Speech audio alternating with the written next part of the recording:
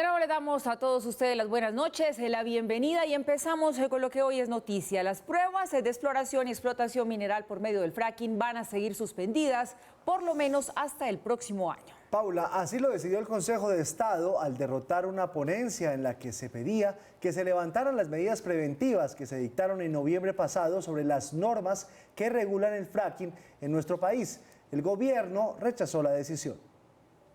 Después de una intensa discusión en la sala plena de la sección tercera del Consejo de Estado, se decidió mantener las medidas cautelares provisionales con las que se prohíbe cualquier tipo de exploración o explotación de hidrocarburos por medio del fracking en Colombia. Se ha tomado una decisión en derecho, priorizando la aplicación del principio de precaución y teniendo en cuenta y ponderando los derechos de las comunidades que serían afectadas por los pilotos de fracking. A esta decisión se llegó luego de derrotar una ponencia que proponía dar vía libre al ejercicio del fracking mientras se define si su reglamentación es legal o no, como consecuencia de un recurso de súplica que el gobierno instauró contra las medidas cautelares ordenadas en noviembre pasado. La decisión de no seguir adelante con la explotación de nuestros recursos naturales significa tomar la decisión de que se va a doblar el costo de los recursos. Y ese gas va a provenir probablemente de dos fuentes, o de Venezuela, que es rico en gas, o del fracking de Estados Unidos. Pese a esto, el futuro de la fracturación hidráulica en Colombia no está definido,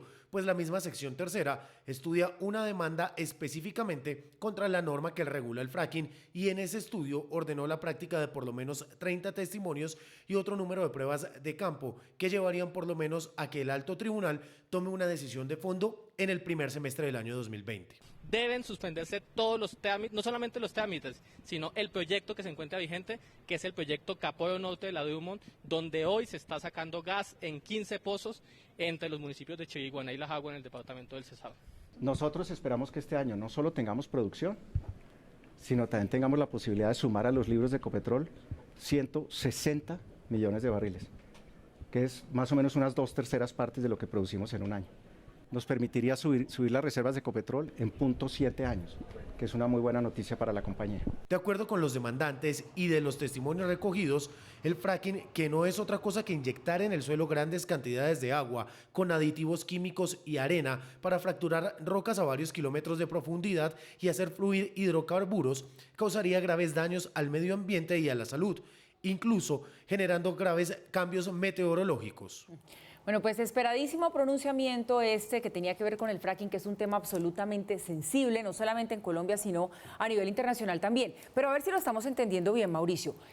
La decisión que ha dado a conocer hoy el Consejo de Estado, ¿significa o no que se cierra la puerta definitivamente al fracking? Eso por un lado. Por otro, ¿qué tanto también responde este pronunciamiento como a la presión social?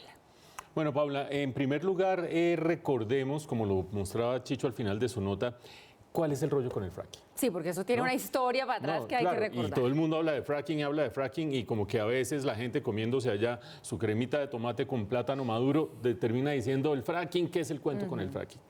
Cara positiva, pongámoslo en esta cámara, cara positiva.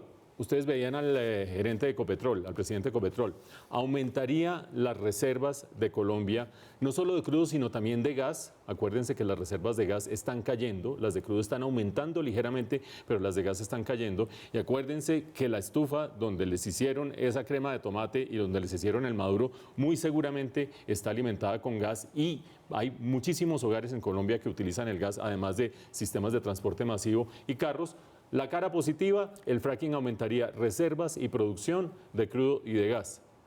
La cara negativa, el fracking es una técnica que todavía no está suficientemente probada en el mundo y que tiene riesgos. ¿Qué clase de riesgos? Los mostraba Chicho en su nota cuando decía el fracking es una técnica en la que todos los hidrocarburos que se han quedado muy en lo profundo de la tierra, atascados en una formación rocosa, son liberados a través de inyectar con muchísima fuerza agua que tiene además componentes químicos. Eso libera los hidrocarburos que están ahí atrapados y empiezan a salir. Pero obviamente semejante totazo de agua, todo esto pues tómenlo de manera, una explicación simplista. Semejante totazo de agua con componentes químicos puede terminar produciendo 3 cosas que dicen los expertos, 3 riesgos. El primero de ellos, contaminación de aguas. Así como el agua va con unos químicos, se puede meter por debajo de la tierra y terminar contaminando fuentes de agua. Segundo, puede generar una actividad sísmica en el sitio donde se está haciendo el fracking para perjuicio de lo que está sucediendo en la superficie.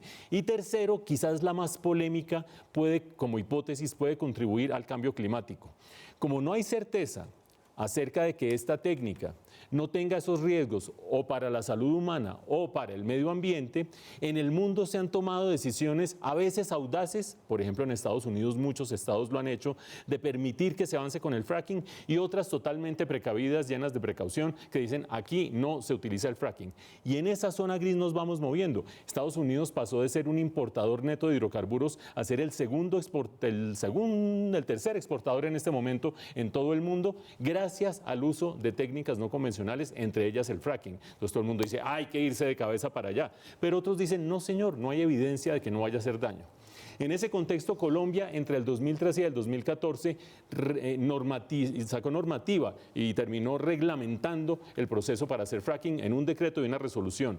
Y ese decreto y esa resolución iban andando tan campantes hasta que a final del año pasado alguien dijo, ese decreto, esa resolución no tienen suficientes principios de precaución, señores Consejo de Estado, hagan algo. Y el Consejo de Estado suspendió, no terminó tumbando, pero sí suspendió de manera cautelar los efectos de ese decreto y esa resolución, mientras se termina definiendo si efectivamente son suficientemente precavidos en sus normas para evitar que haya esa clase de riesgos. ¿Qué sucede después? El gobierno, con un recurso de súplica, termina diciendo, revisen esa decisión, y le estoy respondiendo a Paula de si esto ya es definitivo o no. Lo que hizo el Consejo de Estado hoy, con unos conjueces traídos de afuera, fue terminar diciendo, la ponencia que se presentó hoy, esto es muy importante, la ponencia que se presentó hoy, que levantaba las medidas cautelares y dejaba vivos nuevamente el decreto y la resolución, es derrotada. ¡Wow! ¿Y entonces qué pasa ahora? Otro magistrado tiene que presentar otra ponencia en sentido opuesto, el siguiente magistrado en orden alfabético, diciendo, ahora vamos a votar que se ratifiquen y se confirmen las medidas cautelares. Vamos a ver cómo le va al Consejo de Estado en esa votación. Pero incluso si gana esa votación, siguen siendo cautelares, es decir, temporales, mientras se termina definiendo si verdaderamente las normas, que son el decreto y la resolución de hace 5 años ya, son suficientemente fuertes o no para proteger al medio ambiente y proteger a la salud humana de los riesgos potenciales que existen. Mientras tanto, nosotros mirando desde la tribuna, porque lo que hay de por medio es o un gran aumento en la producción de hidrocarburos o la otra cara de la moneda, un gran riesgo ambiental y para la salud. Y mientras tanto, ¿usted qué opina de la decisión del Consejo de Estado de mantener la suspensión del fracking? Esa es nuestra pregunta del día de hoy. Respóndanos además con el hashtag no al fracking es. Queremos saber su opinión. Al final del noticiero las vamos a leer. En medio de un ambiente de tensión diplomática, el régimen de Nicolás Maduro inició hoy los ejercicios militares en la frontera con Colombia, ejercicios que incluyeron el transporte de misiles.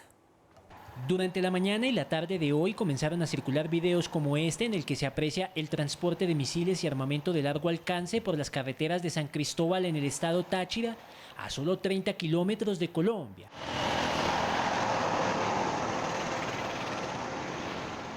En estos otros videos ya se aprecian las maniobras en el aeropuerto de La Fría en ese mismo estado, las cuales contaron con la participación de 4 vehículos de transporte militar, 9 de transporte de infantería, tanquetas, un helicóptero y efectivos de la Fuerza Armada Nacional Bolivariana. ¡Para defender a Venezuela! Mientras avanzaban los ejercicios en el estado Táchira, el constituyentista Pedro Carreño sorprendía con varias advertencias sobre una posible respuesta a Colombia si Venezuela es atacada. En 11 segundos, un Sukhoi está en Bogotá. Tenemos las coordenadas del Palacio de Arquiño, tenemos las coordenadas del barrio El Nogal donde vive la oligarquía. Las tensiones entre Colombia y Venezuela. Del embalse El Quimbó, de Hidrosogamoso, del embalse de Betania. Los ejercicios hacen parte de la alerta naranja decretada por Nicolás Maduro para defenderse de la supuesta amenaza que representa Colombia para Venezuela y se extenderán hasta el 28 de septiembre. El gobierno colombiano confirmó que buscará activar mecanismos de defensa hemisféricos ante las amenazas militares de Nicolás Maduro, entre ellos el Tratado Interamericano de Asistencia Recíproca, cuya convocatoria se pedirá mañana en la OEA. Aunque el gobierno colombiano ha sido claro en que no se dejará provocar ante amenazas, sí dejó ver que dentro de su baraja de reacciones está el convocar el Tratado Interamericano de Asistencia Recíproca, que permite, de lograrse una votación mayoritaria, una respuesta hemisférica. Las altas partes contratantes convienen en que un ataque armado por parte de cualquier Estado contra un Estado americano será considerado como un ataque contra todos los Estados americanos y, en consecuencia, cada una de dichas partes contratantes se compromete a ayudar a hacer frente al ataque. Esto lo sabe bien el gobierno colombiano, que busca activar el tratado. Colombia lo que está haciendo en este momento es activar todos los instrumentos que existen en la región para evitar cualquier tipo de acción militar y cualquier tipo de provocación militar. Para Colombia no solo se trata de una amenaza en la frontera, sino que con la protección de Venezuela a grupos terroristas, una desestabilización de la región. También sabemos que tenemos aliados internacionales que defienden la democracia, que defienden el Estado de Derecho, para que entre todos realmente sepamos que cualquier amenaza a la democracia o a la integridad territorial de un solo país es una amenaza a la estabilidad y a la paz de todo el hemisferio. Podrán aplicarse las medidas de legítima defensa de que trata este artículo en tanto el Consejo de las Naciones Unidas no haya tomado las medidas necesarias para mantener la paz y la seguridad. Esta intención por parte de Colombia también se confirma en la agenda del canciller que está en Washington y la cual fue publicada por la OEA. Y mientras tanto, el enviado especial de los Estados Unidos para Venezuela, Elliot Abrams, aseguró que ese país apoyará a Colombia en caso de conflicto armado con el régimen de Nicolás Maduro. Textualmente ha dicho, si Colombia es atacada, los Estados Unidos reaccionarán de inmediato para apoyar a Colombia. Abrams cuestionó la protección que el régimen de Nicolás Maduro brinda a las disidencias de las FARC, lideradas por alias Iván Márquez, y a frentes del Ejército de Liberación Nacional que cuentan con el apoyo de Venezuela. Esto es muy peligroso porque si hay ataques fronterizos de Venezuela a Colombia, podemos esperar que los colombianos reaccionen y obviamente apoyaremos plenamente a Colombia en esa situación. También la líder opositora María Corina Machado se refirió a estos hechos recientes. Manifestó que el propósito del régimen de Nicolás Maduro es desestabilizar a Colombia.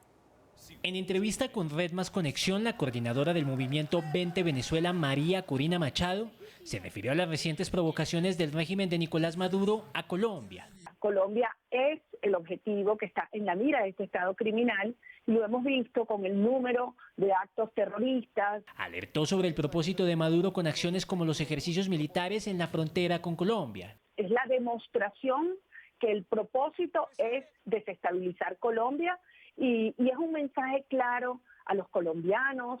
Dijo que las sanciones impuestas por Estados Unidos contra la cúpula chavista son efectivas pero no suficientes, por lo que pidió a la comunidad internacional acciones más contundentes. Un Estado criminal no va a entregar el poder, hay que quitárselo. Sobre la posibilidad de una intervención militar, agregó: acciones militares quirúrgicas efectivas dirigidas a aquellos, núcleos que sostienen el régimen en el poder. Y con respecto a su interminable lucha por Venezuela, usted es una mujer que es ejemplo para las mujeres en Colombia que creen en la libertad, para las mujeres en el mundo que creen en la democracia.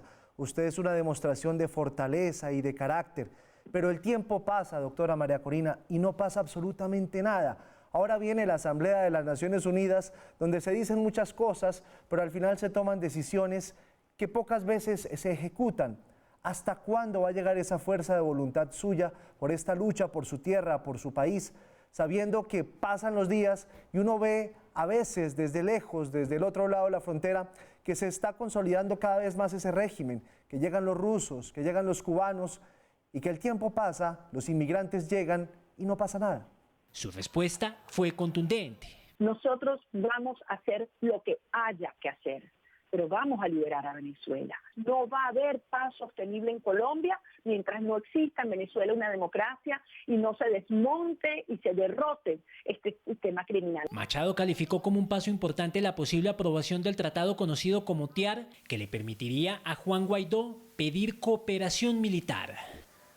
Y Donald Trump despidió a su polémico asesor de seguridad nacional John Bolton. Diferencias con el mandatario habrían sido el motivo de la salida de este halcón de la Casa Blanca. El mismo, ustedes recordarán que tenía una libretica amarilla donde indicaba un número de tropas para nuestro país. Hoy ya no está. Informé a John Bolton anoche que sus servicios ya no son necesarios en la Casa Blanca. No estuve de acuerdo con muchas de sus sugerencias, al igual que otros en la administración, y por lo tanto le pedí a John su renuncia, que me fue dada esta mañana. Le agradezco mucho a John su servicio. Designaré a un nuevo asesor de seguridad nacional la próxima semana. Fue así como Donald Trump anunció la salida de su asesor de seguridad nacional y uno de los halcones de la Casa Blanca. Una versión diferente y por el mismo medio, ofreció John Bolton. Le ofrecí mi dimisión anoche al presidente Trump. Dijo, hablemos mañana sobre eso. Conocido por su posición beligerante frente a Corea del Norte e Irán, también se opuso a las negociaciones secretas que adelantaba Trump con los talibanes, que terminó cancelando el fin de semana. Óigame, lo de John Bolton, Mauricio, usted lo veía venir porque, bueno, era su halcón al que todos creíamos. Donald Trump escuchaba atentamente como a pocas personas suele escuchar. Le quería preguntar por eso, pero también le quería preguntar por esa activación del Tratado Interamericano de Asistencia Recíproca, mejor conocido como TIAR, que buscaría poner en marcha a Colombia a partir de mañana y que, dicho sea de paso, pues ya Venezuela va un poco más adelantado en ese proceso porque lo tiene ya en el órgano consultivo, ¿no? Hablemos de esas dos cosas. Empecemos por lo de Bolton, por favor. Paula, ¿cómo será de halcón John Bolton? Y digo será porque la trayectoria de él, primero como funcionario, después como comentarista, después como periodista de vez en cuando, trasciende esta decisión de Donald Trump. ¿Cómo será de halcón que Donald Trump una vez dijo, yo soy el que tiene que contenerlo a él? Obviamente medio mamando gallo, medio en serio, pero diciendo, él es tan aventado que yo soy el que tiene que contenerlo a él. Y por su parte, John Bolton decía, no sé por qué se sorprenden de mis posiciones, si me han oído decirlas en Fox News una vez, 2 veces, 3 veces, ya saben de qué hablo yo. Por lo tanto, ese tuit de Donald Trump diciendo, no estaba de acuerdo con las posiciones de él, ni tampoco buena parte de mi staff con las posiciones de él, pues puede ser que sea cierto y que sea de hecho la motivación, pero entonces, ¿por qué pone una figura de ese talante allí? Quizás sea porque este es el tercer consejero de seguridad, asesor de seguridad, que pasa en estos 3 años al lado de Donald Trump. Y todos con un inmenso nivel de conflicto con Donald Trump. Es decir, es una persona que no se deja asesorar mucho, por una parte, por otra parte, impredecible. Ustedes dirán, pero es que John Bolton era muy halcón y eso que Donald Trump es muy halcón. No, Donald Trump no es tan halcón. Donald Trump es bastante aislacionista, no quiere tener a Estados Unidos como el gran policía del mundo aquí y allá, por más beligerante y pendenciero que sea él y que saque el pecho permanentemente y pues salga así en las fotos. No, él, su posición de política internacional es, yo me alejo del multilateralismo, yo me concentro dentro del país y caso un par de peleas que sean relevantes con mi estrategia de presionar para lograr después una negociación. Negociaciones con las que no estaba de acuerdo John Bolton. Es que acordémonos que John Bolton viene de la era de George Bush y que John Bolton fue uno de los cerebros de la invasión a Irak. De ese tamaño de persona estamos hablando. John Bolton decía inclusive que lo que había que hacer con Irán en este momento era buscar por todos los medios un cambio de régimen en Irán. Pasen ustedes la página y vean lo que hace Donald Trump. Donald Trump vuelve de la reunión del G7 siguiendo el Consejo de Francia de tratar de buscar una negociación y un diálogo con el régimen de Irán. Evidentemente, si mi asesor de seguridad me dice hay que cambiar el régimen de Irán y lo que dice Donald Trump es quizás vamos a buscar una negociación con ellos, la cosa no funciona tanto. Donald Trump se va de frente en primer lugar con el régimen de Corea del Norte y dice el Rocket Man, el hombre de los cohetes y de no sé qué dice cuánto, y después se sienta a negociar con él. Donald Trump se retira del tratado nuclear con Irán. De hecho, John Bolton tenía en su oficina pegada ahí atrás como su gran testimonio de lo que estaba logrando esa salida de Estados Unidos del acuerdo nuclear contra Irán. Se retira y después dice, yo como que sí voy a negociar con ellos. Y John Bolton otra vez en desacuerdo. Además, John Bolton, como lo decía Camila en la nota, en profundo desacuerdo con las negociaciones que se llegaron a anunciar entre el gobierno de Estados Unidos y los talibanes en la guerra más larga y fracasada que puede tener Estados Unidos después de la de Vietnam, que es estar 18 años en Afganistán metido, después de los atentados a las Torres Gemelas, 18 años sin una aparente salida. Estábamos a esto de que lograran una negociación que podía no ser exitosa y se rompió, como decía Camila en la nota hace un par de días. En todos esos temas tan polémicos, John Bolton siendo halcón, repitiendo lo que había dicho tantas veces en Fox News, siendo fiel a su posición ideológica, y Donald Trump yendo y viniendo como suele hacerlo, a veces como estrategia de negociación, a veces como simple falta de coherencia en muchas de sus posiciones, y siempre guiado por ese propósito de buscar una reelección al final del año entrante. Creo yo que no sería sorprendente que el cuarto asesor de seguridad nacional durara poco y volviera dentro de unos meses a estar sobre la mesa aquí la noticia de que en cuestiones de seguridad y en general de política exterior de Estados Unidos, Donald Trump no se deja asesorar. Una reflexión, Mauro. El halcón se fue y Maduro sigue ahí. Exactamente. Maduro duró más que John Bolton. Sí. Increíble. En el Congreso tuvo lugar un nuevo debate sobre los sobornos de Odebrecht. Vamos de inmediato con Cintia Pineda, quien nos amplía la información de lo que allí se dijo y se reveló. Cintia, adelante. Buenas noches, los saludo desde la plenaria del Senado de la República, donde hace pocos minutos el senador Gustavo Petro hizo una grave denuncia sobre un grupo de personas que al parecer habrían recibido sobornos de Odebrecht. La prensa jugó ese papel, pero sabemos hoy, por la confesión de García Morales, a partir de sobornos a la prensa. ¿Quiénes aparecen? Algunos nombres en las confesiones que ya estos exfuncionarios han entregado. El señor Juan Mesa Zuleta es jefe de prensa de Juan Manuel Santos. La señora Ángela Calderón, que es la actual jefe de prensa de la Fiscalía, y que la metió Néstor Humberto Martínez. Camilo Cano, de los Cano. Marilyn López, que era jefe de comunicaciones del Partido Liberal y actualmente trabaja, no sé si a la fecha, en la Presidencia de la República. Camilo Granada, que era muy ligado durante 8 años a Odebrecht, pasó a ser jefe de prensa de Rafael Pardo y Juan Manuel Santos. El senador Petro hizo estas revelaciones durante el debate de control político que adelanta el Senado de la República por el escándalo de corrupción de Odebrecht. Es la información que se registra desde el Congreso de la República. Cintia Pineda, Red Más Noticias. Gracias, Cintia. Hay alerta en Nariño por el secuestro del candidato a la alcaldía del municipio de Potosí, Óscar Lombana, del partido Cambio Radical. El Gaula de la Policía y del Ejército aún verifican los hechos alrededor de la desaparición. En horas de la mañana, el aspirante fue interceptado por hombres desconocidos que lo obligaron a subirse a un vehículo en la zona rural de Potosí. El candidato se dirigía a un evento en la vereda San Jorge, donde había concretado una reunión política con simpatizantes de su campaña. Ante esta situación, Cambio Radical le pidió al gobierno, óigase bien, suspender las elecciones en ese municipio hasta no dar con el paradero de Lombana. En las últimas horas, miembros de la Fundación Paz y Reconciliación recibieron amenazas por medio de un mensaje de texto en el que se menciona como objetivo militar a León Valencia, director, y a Ariel Ávila, subdirector de esta organización. En el mensaje también se hace alusión a otras entidades y figuras políticas, argumentando que estos buscarían implementar en Colombia un sistema castrochavista. Generalmente se llamaba a los teléfonos de la oficina, pero ya estamos teniendo mensajes directos a los celulares, en este caso de León Valencia. Y aunque hemos tenido una reacción interesante de las autoridades en todos estos hechos que nos han pasado, lo cierto es que hoy no hay investigaciones que hayan terminado. Creemos nosotros que detrás de eso están las denuncias de corrupción que hemos hecho y los políticos a los que hemos denunciado, pero es las autoridades las que tendrán que investigar. Las autoridades capturaron en las últimas horas a 2 hombres que se estarían involucrados con el asesinato del candidato a la alcaldía de Toledo, Antioquia, Orley García, el pasado sábado 7 de septiembre.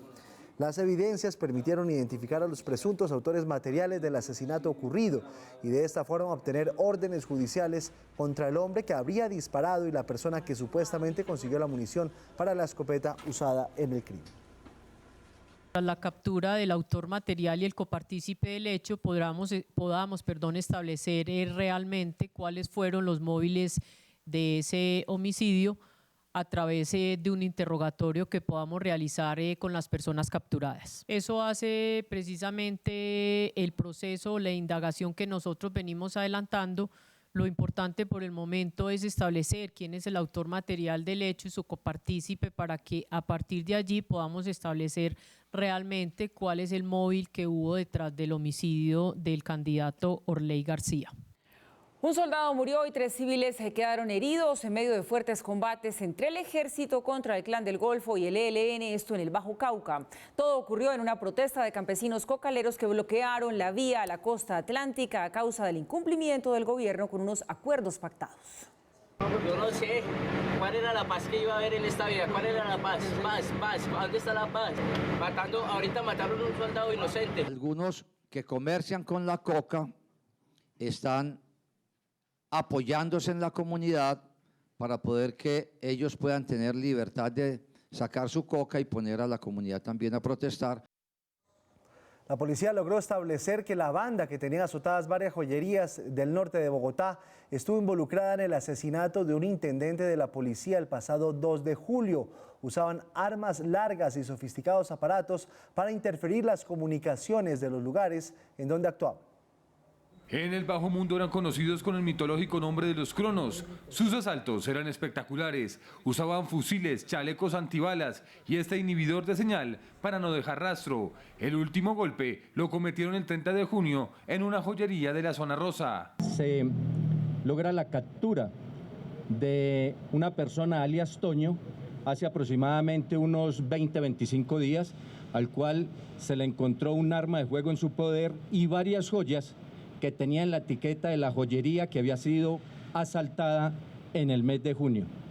Hace 48 horas se logra la captura de alias Pimpón y alias La Mona. Tras cruzar la información, la policía pudo establecer que estos mismos delincuentes fueron los responsables de asesinar en medio de una balacera al intendente Eric Cruz. Ese día, el 2 de julio, la banda pretendía hurtar un carro de valores en Ciudad Bolívar. Se ha llevado a cabo 5 capturas, uno de ellos que falleció en enfrentamiento con la Policía Nacional. No se descarta que los Cronos estén involucrados en otro enfrentamiento con la policía, esta vez ocurrido el domingo en Fontibón. No me extrañaría que en los transcurso de los días necesariamente alguna situación se pueda cruzar, si no es con la participación activa, si es con facilitar elementos logísticos que permitieran el actuar de una o varias de estas personas dentro de todos estos hechos. Se espera que en los próximos días caigan más integrantes de esta organización.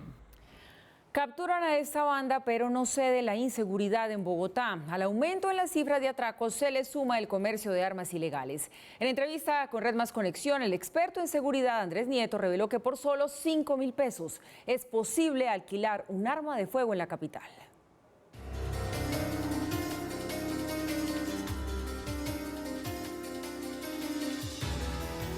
Las armas con las que están siendo atracados los bogotanos salen en su mayoría de un clandestino comercio en auge en la ciudad. Y hoy decimos que para alquilar un arma, las armas hoy se alquilan, se arriendan por horas y por días.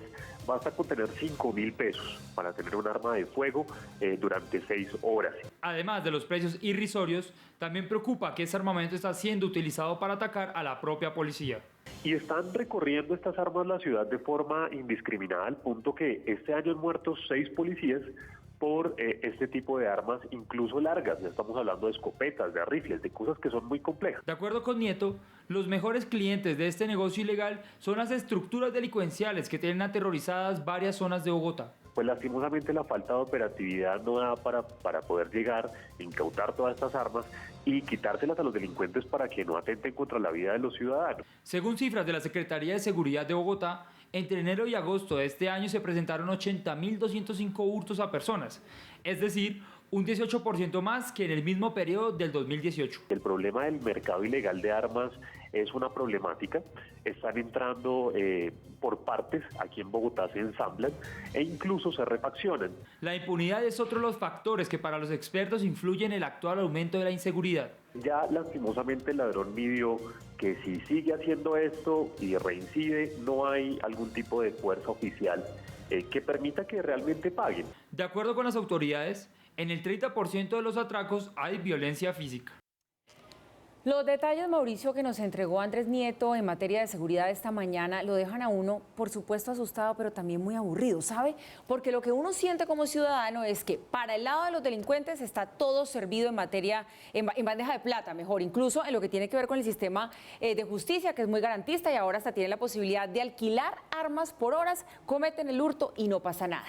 Mientras que los que estamos de este lado somos trabajadores, honestos, cumplidores de las leyes, sentimos que estamos desamparados. Paula, qué pena usar esta frase tan manida, pero es que pocas veces cae tan bien como en esta ocasión.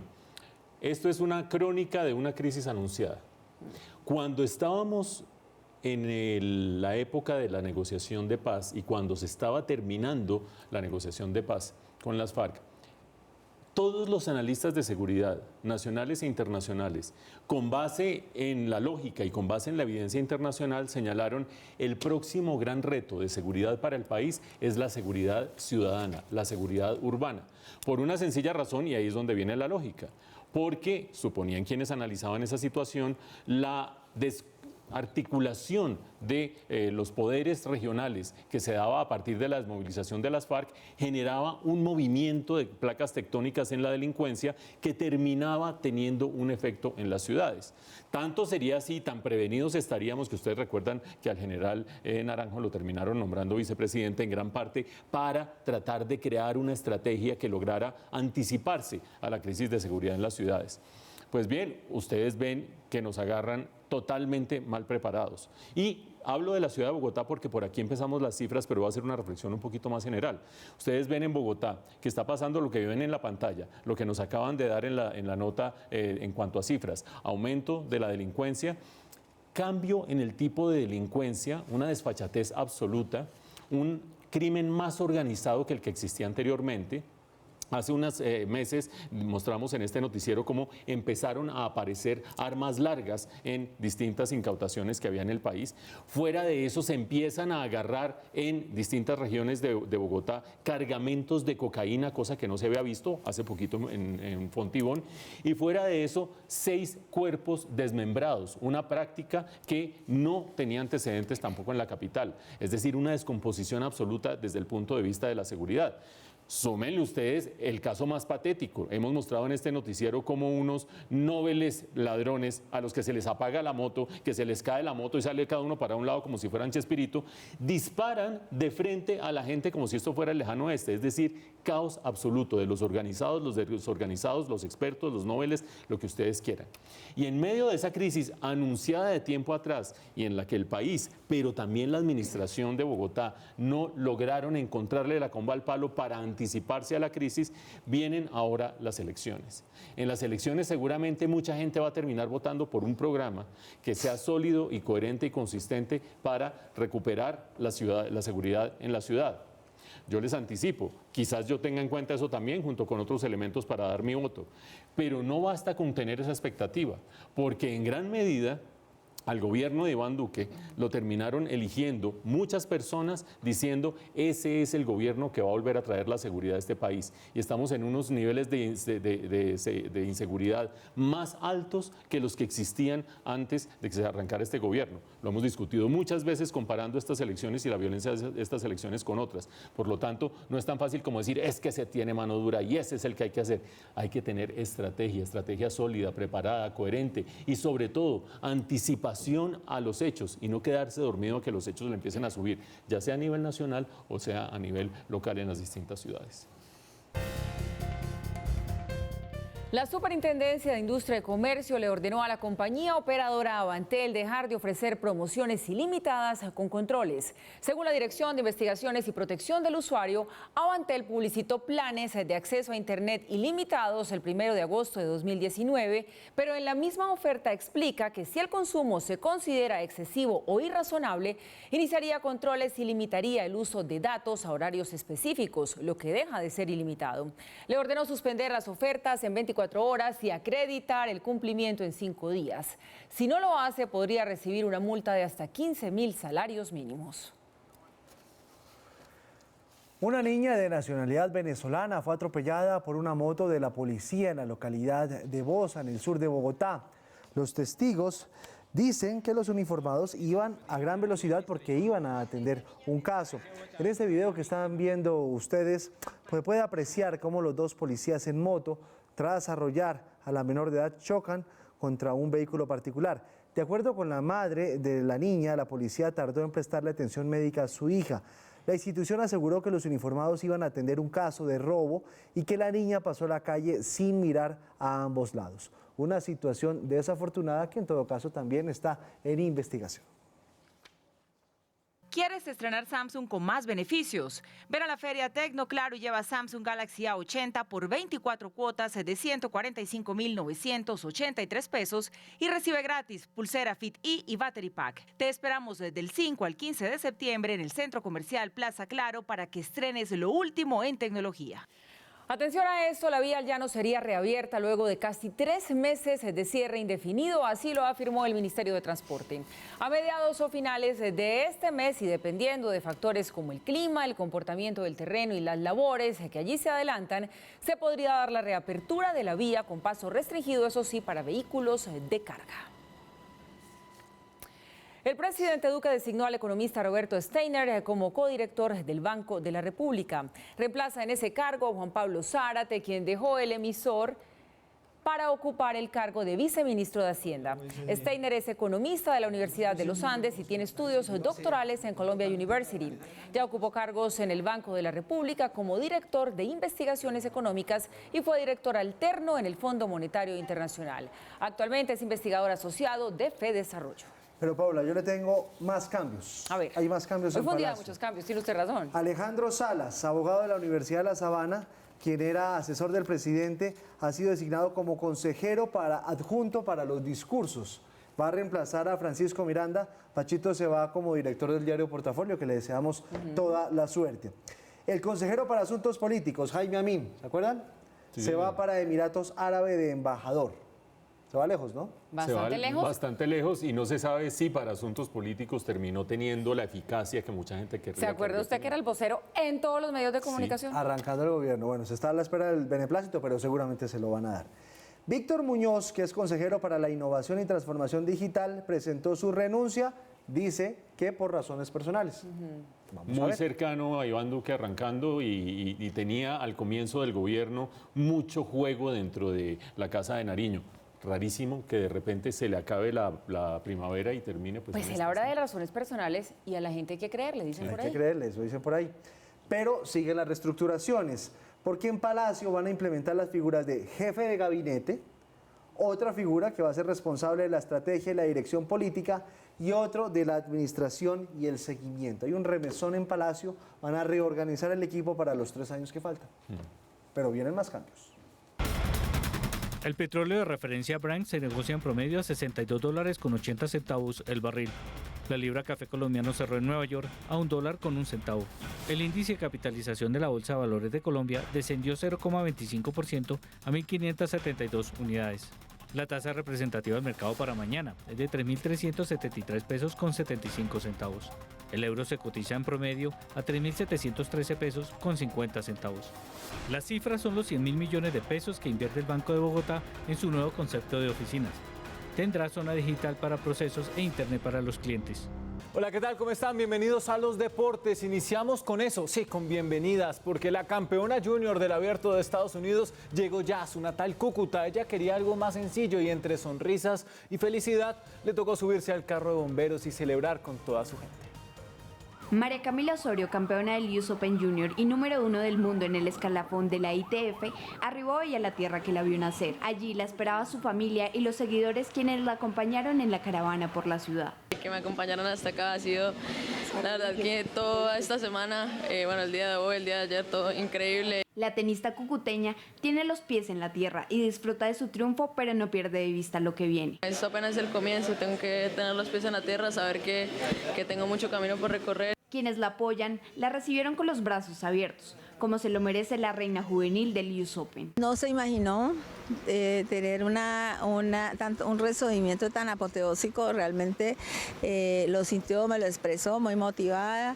El hecho además que estuvieran los bomberos, el ejército, la policía, tanto empresario, tanto niño. María Camila protagonizó un emotivo momento al reencontrarse con su familia, pero también con sus seguidores, quienes la recibieron cálidamente. Me siento como recibir una Copa del Mundo y estoy muy contento y felicito a María Camila Osorio. No sea toche, es de Cúcuta, papito, campeones. El recorrido estuvo acompañado del cuerpo de bomberos y la policía. Al paso de los cucuteños celebraron este logro de la deportista. Atención a esto, el amor por el deporte nos lleva a sobrepasar los límites y también a ponernos metas, como la de Andrés Ramírez, un atleta bogotano, quien realizará una travesía impresionante y es trotar de Bogotá hasta Medellín, una prueba que mezcla la ciencia, la mente y, claro, el deporte. Las pasiones llevan a la gente a cometer locuras. Ese es el caso de Andrés Martínez, quien se atreverá a recorrer la distancia entre Bogotá y Medellín trotando. Surgió de poner a prueba unos zapatos en algo nunca antes visto. Sí, más que salir y probar tenis y decirle a la gente es que estos son buenos o esto tiene esto o esto sí le sirve, esto no le sirve, sino ponerlos en una prueba real muy fuerte, de llevar mi cuerpo al límite y ver si los zapatos son capaces de dejar que yo vaya a ese límite. A sus 32 años, este ingeniero mecánico se afrontará la prueba deportiva más dura en su vida para demostrar que si se planifican las competencias, esta clase de pruebas se puede repetir. Lo que hicimos fue traer todo eso a números realmente y plantear unas etapas que hacen que esta locura se vuelva real y no sea correr 400 kilómetros derecho y en la mitad lesionarme o que no sea saludable. Con 19 años de experiencia como atleta, afrontará toda clase de sensaciones, sometiéndose a las altas temperaturas y variaciones del terreno. Realmente da un promedio de 30 kilómetros, pero pues van a estar diarios. Casi una maratón. Casi una maratón. Son en total casi 10 maratones en los 14 días. Uno de esos es de descanso. La etapa más corta es más o menos de 22 o 23 kilómetros y la más larga es de 47 kilómetros. La primera etapa será el 20 de septiembre entre Bogotá y el Alto del Vino, para terminar el 3 de octubre en la capital antioqueña. En Red Más Noticias es momento del entretenimiento y justamente hablamos de Gilberto Santa Rosa y Jan Collazo. Ellos pasaron esta mañana por Red Más Conexión contándonos sobre su nuevo lanzamiento, la película 2. Esta es la segunda vez que estos artistas comparten estudio de grabación. Algunos pensamos que nuestra vida es digna de una película. Jan Collazo y Gilberto Santa Rosa no son la excepción y ya tienen su cinta propia y va por la segunda parte. Yo creo que es una colaboración muy importante, no solo para mi carrera, sino para el género en su totalidad. Esta no es la primera colaboración entre estas grandes voces de la salsa. Sin embargo, esa primera vez que cantaron juntos aún se encuentra en cola, esperando poner a mover los pies de los bailadores. La primera está oculta, hasta que un amigo mío que se llama Gilberto Santa Rosa decide terminar un disco que empezó hace como 3 años. Jan, Tito Rojas, Víctor Manuel, ahí está El Canario, Tito Nieves, Herman Olivera, Rey de la Paz. Todos estos muchachos van a tener que esperar un ratito en lo que yo puedo terminar estas 2 que me faltan. En enlace en directo con nuestro programa Red Más Conexión, los artistas nos dejaron antojados de saltar a las pistas de baile con este tema que promete convertirse en un éxito. Y ahora tu película es otra. Por ahí hasta ahí que estamos gozando. Y de estas estrellas de la música pasemos a la estrella del cine Gwyneth Paltrow. Fue pieza clave en la investigación periodística sobre abusos sexuales en contra del productor Harvey Weinstein. Esta afirmación trasciende tras la publicación del libro She Say Breaking the Sexual Accusation Story, donde 2 periodistas ganadoras del Pulitzer revelan detalles de los comportamientos lascivos del productor que finalmente llevaron a su caída en la industria. En el texto se evidencia que Paltrow, ganadora del Oscar, narró 2 episodios en los que Weinstein la agredió sexualmente y como ella también convenció a otras estrellas de la pantalla grande para sumarse a las denuncias. Son cerca de 80 mujeres que acusan al productor de 67 años que llegará a las cortes en enero próximo. Como dato adicional, el relato de Paltrow asegura que en 1996 Weinstein la citó en una oficina y le sugirió hacerse masajes en sus partes íntimas, a lo que la actriz se negó. Luego le contó a su novio de turno, Brad Pitt, y este se topó con el productor en una alfombra roja y le dijo: si alguna vez la vuelves a hacer sentir incómoda, te mataré. Y pasamos a otras noticias del espectáculo, y es que se conoció que la estrella de televisión y socialité Kim Kardashian dio positivo en un examen de lupus. La revelación se hizo en un episodio estreno de la nueva temporada del famoso reality que protagoniza junto a su familia, en el que Kim aseguró que se sentía muy cansada, con náuseas y con las manos hinchadas, lo que la llevó a practicarse un test de anticuerpos que resultó positivo para anticuerpos relacionados con lupus y con artritis reumatoide. Esta enfermedad tiene la característica de que el propio sistema inmune ataca otras células y tejidos sanos. No es la primera vez que Kim comparte sus problemas de salud en este espacio televisivo. Y hablamos ahora de la esposa de David Beckham, quien asegura que el pasatiempo de su marido le está arruinando la vida. Resulta que a través de este video que la ex Spice Girl Victoria Beckham subió a sus redes sociales, reveló que el exfutbolista es un apasionado por la construcción con bloques de Lego. En las imágenes se puede ver a David armando un castillo similar al de Hogwarts, escuela de magia a la que asiste el personaje ficticio Harry Potter. Lo que comenzó como una estrategia para acercarse a sus hijos se convirtió en el mayor pasatiempo del exjugador del Real Madrid, que según su esposa se queda hasta las 3:30 de la madrugada construyendo con sus piezas de plástico y al día siguiente madruga para continuar, lo que para ella es un martirio completo que literalmente, aseguró, le está destruyendo la vida. Y de cierre tenemos nuestro plan Cultura, y es que comienza una nueva temporada del Festival de Música Sacra en Bogotá, y ese por supuesto es un gran recomendado para asistir aquí en nuestro plan Cultura. Por octavo año consecutivo llega el Festival Internacional de Música Sacra de Bogotá. Del 12 de septiembre al 6 de octubre, más de 700 artistas de diferentes continentes se reunirán en la capital para proporcionarle al público un encuentro entre la espiritualidad y las tradiciones culturales del mundo a través del lenguaje universal. En esta octava edición el tema central va a ser gratitud, así que vamos a convertir la música en ofrenda. Son 50 eventos, de los cuales el 90% son gratuitos. Uno de los emblemas musicales más importantes de la capital también hará parte de esta celebración. A través de la Orquesta Filarmónica de Bogotá. Así que participaremos en distintos conciertos, recorriendo la ciudad, porque creo que eso es parte de la filosofía tan importante que nos une al festival, es que la música tiene que llegar a las 20 localidades de Bogotá, que tenemos que llegar a los rincones de todos los bogotanos. Hasta aquí el entretenimiento en Red Más Noticias. Recuerden que mañana tenemos una cita con la cultura y el entretenimiento en tiempo real en 15 Minutos TV a las 8 de la mañana, y en Red Más Conexión muy temprano también nos escuchamos.